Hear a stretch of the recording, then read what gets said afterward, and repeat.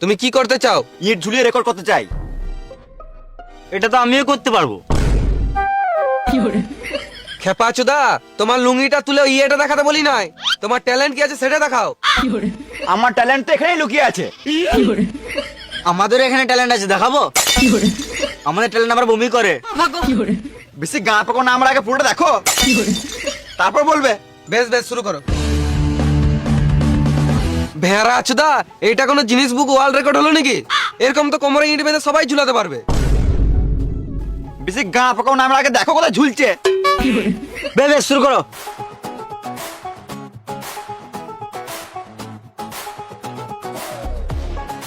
এটা আমার টুনটুনি ঝুলছে, গা পাকামো নয়। মানুষ জিনিস বুকে ওয়ার্ল্ড রেকর্ড করার জন্য কত কিনা করছে। এই তো রেকর্ড করার জন্য টুনটুনিতে ইট ঝুলে লিছে। এইসব ট্যালেন্ট লাখে একটাই পাওয়া যায়। তোমার এই ইট ঝুলানোর আইডিয়াটা কোথা থেকে এলো?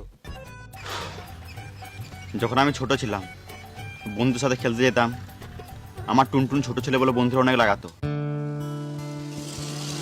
পালা, তুই খেলা নেবো না, তো টুনটুনি ছোট। টুনটুনি ছোট, টুনটুনি ছোট, টুনটুনি ছোট। আমার অনেক সেদিন থেকে অনেক খারাপ লাগতো। তারপর আমি সিদ্ধান্ত নিলাম যে আমি টুনটুনি বড় করব। কিন্তু কি করে করব?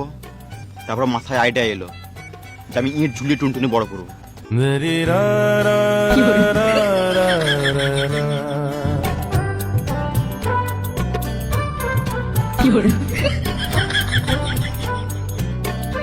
সেদিন থেকে আমি ঝুলতে শুরু করলাম।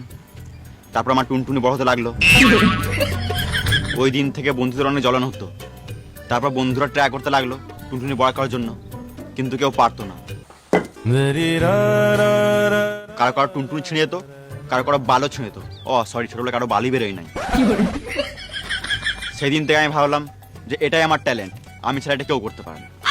বাহ, বাহ, সুপার ট্যালেন্ট, গাঁড় ফাটা একদম। সুপার। মানুষের ট্যালেন্ট কোথায় কোথায় লুকিয়ে থাকে। তোমার ট্যালেন্ট একদিন নিচে ঠেকে যাবে।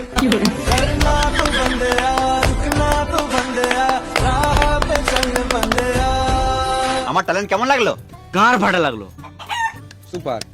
আমাদেরকে বুঝলে এরকম টুনটুনিতে ইট ঝুলাতে হবে। ঠিকই বলেছেন, নাহলে আমাদের বউ থাকবে না। এবার আমি কি করব? তোমার অনেক এনার্জি নষ্ট হয়েছে, তুমি বাইরে গিয়ে টিফিন নিয়ে নাও। তোমাকে পরে ডাকা হবে।